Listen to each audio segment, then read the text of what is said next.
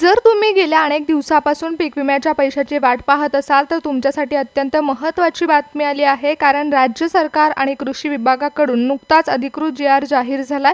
मंत्रालयातून आलेल्या थेट माहितीनुसार येत्या 1 ऑगस्टला सर्व पात्र शेतकऱ्यांच्या खात्यावर पीक विम्याची रक्कम ही थेट डीबीटीद्वारे जमा करण्याचा आदेश जारी झाला आहे. सरकारने तब्बल 7,200 कोटी रुपयाचा निधी मंजूर केला असून महाराष्ट्रातील 12 जिल्ह्यांचं विशेष विभाजन करण्यात आलंय. काही शेतकऱ्यांच्या खात्यावर 25,000 तर काही शेतकऱ्यांच्या खात्यावर थेट 50,000 रुपयापर्यंतची रक्कम जमा होणार आहे. 1 ऑगस्टच्या मोठ्या अपडेटची माहिती समोर आली आहे. शेतकरी बांधवांनो, महाराष्ट्रातील मराठवाडा, विदर्भ, कोकण या भागामध्ये अतिवृष्टी, सततच्या पावसामुळे पिकांचं नुकसान झालं होतं, तर काही ठिकाणी दुष्काळग्रस्त शेतकऱ्यांना मोठा फटका बसला होता. कोकणातील भात शेती तसेच मराठवाड्यातील सोयाबीन, कापूस शेती या सर्वाचा आढावा घेत केंद्र सरकारने देखील महाराष्ट्रासाठी निधी सोडला आहे आणि यामुळेच मंत्रालयामध्ये एक बैठक पार पडली. कृषी विभागाने दिलेल्या नवीन माहितीनुसार ज्या शेतकऱ्यांच्या पिकांचं नुकसान हे 50% पेक्षा जास्त झालं आहे त्यांना पहिल्या टप्प्यामध्ये म्हणजेच 1 ऑगस्टला प्राधान्य देण्यात आले.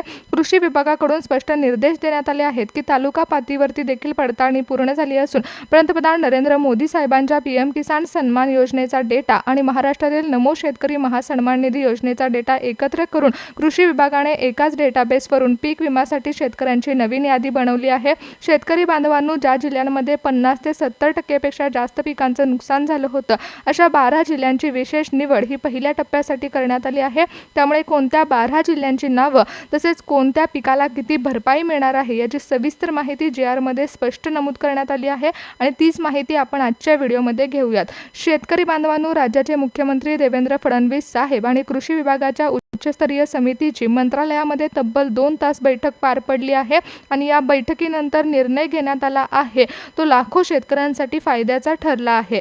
मंत्रालयातून थेट माहिती आली आहे की डीबीटीचं बटन दाबल्याबरोबर पीक विम्याची रक्कम थेट शेतकऱ्यांच्या खात्यावर जमा करण्याचे आदेश देण्यात आले आहेत.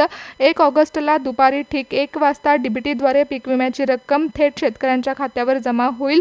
शेतकरी बांधवांनो, कृषी विभागाने स्थापन केलेल्या विशेष समितीने सॅटेलाइट मॅपिंग आणि डिजिटल पाहणीचा वापर करून नुकसानीचं वर्गीकरण केले आणि नवीन नियमानुसार ज्या शेतकऱ्यांच्या पिकांचं नुकसान 50 ते 70% पेक्षा जास्त झालं होतं त्यांना सर्वात आधी लाभ मिळणार आहे.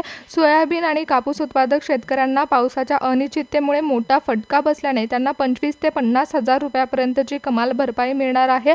तर तूर आणि भुईमूग उत्पादकांसाठी जमिनीतील ओलाव्यानुसार आणि क्षेत्रफळानुसार रक्कम निश्चित केली जाणार आहे. या योजनेमध्ये पारदर्शकता आणण्यासाठी सरकारने फार्मर आयडी कार्ड असलेल्या शेतकऱ्यांना पहिल्या टप्प्यामध्ये प्राधान्य दिले. ज्या शेतकऱ्यांचा फार्मर आयडी कार्डवर पिकांची अचूक नोंद आहे त्यांच्या खात्यावर 1 ऑगस्टला सर्वात आधी पैसे पोहोचतील. कृषी विभागाने संपूर्ण राज्याचं विभाजन करून महाराष्ट्रातील 12 प्रमुख जिल्ह्यांची पहिल्या टप्प्यासाठी निवड केली आहे. शेतकरी बांधवांनो, 1 ऑगस्टला तुमच्या खात्यामध्ये विना अडथळा पैसे जमा होण्यासाठी तुमचं बँक खातं आधार कार्डशी लिंक असणं अनिवार्य आहे. परंतु 7,200 कोटी रुपयाचा निधी आता सरकारी आणि खाजगी अशा दोन्ही बँकांमध्ये वितरित होणार आहे. त्यामुळे 1 ऑगस्टला नेमक्या कोणत्या बँकांसाठी रिझर्व्ह बँकेने मान्यता दिली आहे याची देखील माहिती आपण जाणून घेऊया. सरकारने पीक विम्याची रक्कम वितरित करण्याचा निर्णय घेतला, परंतु 12 जिल्ह्यांबरोबरच महाराष्ट्रातील 12 प्रमुख बँकांची निवड देखील केली आहे आणि त्याच बँकांकडून निधी पाठवण्यात आलेला आहे. पिकांचा प्रकार आणि जमिनीच्या क्षेत्रफळानुसार मिळणाऱ्या भरपाईची टक्केवारी देखील निश्चित करण्यात आली.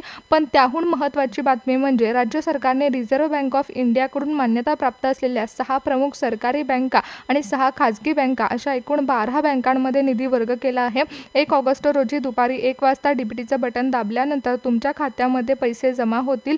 शेतकरी बांधवांनो, केंद्र सरकारने महाराष्ट्रातील तब्बल 7,200 कोटी रुपयाचा महानिधी मंजूर केला, परंतु हा निधी वितरित होत असताना शेतकऱ्यांना तांत्रिक अडचणी निर्माण होऊ नये म्हणून कृषी विभागाने नियोजन बांधले. देवेंद्र फडणवीस साहेबांनी मंत्रालयात दिलेल्या आदेशानुसार ज्या बँकांचे नेटवर्क ग्रामीण भागामध्येही मजबूत आहेत आणि ज्या बँकांमध्ये डीबीटी सिस्टीम अत्यंत वेगाने काम करते अशा बँकांची निवड या वाटपासाठी केली जाणार आहे. रिझर्व्ह बँकेच्या नियमावलीनुसार 6 राष्ट्रीयकृत बँका म्हणजे सरकारी बँका आणि 6 खाजगी बँकांची विशेष यादी तयार करण्यात आली असून 12 बँकांच्या मुख्य खात्यामध्ये मंत्रालयातून निधी जमा करण्यास सुरुवात झाली आहे. 1 ऑगस्ट रोजी मंत्रालयातील एका क्लिकनुसार 12 बँकांमार्फत थेट पात्र शेतकऱ्यांच्या खात्यावर पैसे सोडल्यात जातील. कृषी विभागाने दिलेल्या माहितीनुसार मान्यता प्राप्त बँकांची निवड करण्यात आली असली तरी देखील कृषी विभागाच्या तज्ज्ञ समितीने सॅटेलाइट मॅपिंगनुसार पिकांचा प्रकार आणि जमिनीच्या क्षेत्रफळानुसार रकमेची टक्केवारी निश्चित करताना शेतकऱ्यांचा सातबारा तसेच पिकांची नोंदी देखील केली आहे, ज्यामध्ये 50% नुकसान आणि 70% नुकसान अशा 2 प्रकारे शेतकऱ्यांची विभागणी झाली आहे. शेतकऱ्यांच्या खात्यावर 12 बँकेतर्फे हेक्टरी 25,000 पासून 50,000 रुपयापर्यंतची भरपाई जमा केली जाणार आहे. जमिनीतील ओलाव्यानुसार आणि जमिनीच्या आकारमानानुसार रक्कम ही बँकेकडे वर्ग करण्यात येणार आहे. कृषी विभागाकडे वितरणासाठी महाराष्ट्रातील 12 जिल्ह्यांची यादी जाहीर झाली आहे. त्यामध्ये प्रामुख्याने मराठवाडा, विदर्भ, पश्चिम महाराष्ट्र तसेच कोकणातील जिल्ह्यांचा समावेश आहे. ज्या शेतकऱ्यांकडे फार्मर आयडी कार्ड आहे त्यांच्या फार्मर आयडी कार्डवरून ई पीक पाहणी पिकांची नोंद करण्यात आली होती. त्यांना पहिल्या टप्प्यासाठी 50,000 रुपयापर्यंतचा लाभ हा पूर्णपणे मिळणार आहे. शेतकरी बांधवांनो, सर्वात आधी म्हटलं तर महाराष्ट्रातील सर्वात महत्त्वाचं पीक म्हणजे सोयाबीन आहे, कारण गेल्या हंगामामध्ये मराठवाडा आणि विदर्भ तसेच उत्तर महाराष्ट्रातील परतीच्या पावसाने सोयाबीन पिकाचं अतोनात नुकसान झालं होतं. अनेक ठिकाणी शेतामध्ये सोयाबीनचे कोंब आले होते, तर काही ठिकाणी पिके वाहून गेली होती. कृषी विभागाच्या सॅटेलाइट मॅपिंगनुसार ज्या शेतकऱ्यांच्या सोयाबीनचा 50% पेक्षा जास्त नुकसान झाले अशा शेतकऱ्यांना पहिल्या टप्प्यामध्ये हेक्टरी 25,000 रुपये ते 50,000 रुपयापर्यंतची भरपाई देण्याचा निर्णय घेण्यात आला. ज्या शेतकऱ्यांकडे 1 हेक्टरपेक्षा जास्त सोयाबीनचं क्षेत्र आहे त्यांना 7/12 वरून लाभ मिळणार आहे. त्यांच्या खात्यावर 12 बँकांमार्फत थेट रक्कम वर्ग केली जाणार आहे. जर तुमच्याकडे फार्मर आयडी कार्ड असेल तर हे पैसे 1 ऑगस्टला तुमच्या खात्यावर जमा होणार आहेत.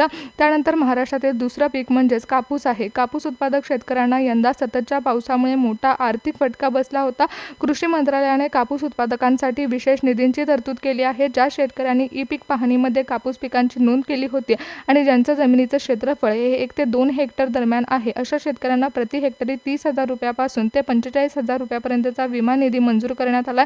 कापूस पिकांसाठी सरकारने 6 सरकारी आणि 6 खाजगी बँकांमध्ये स्वतंत्र कोटा तयार केला आहे.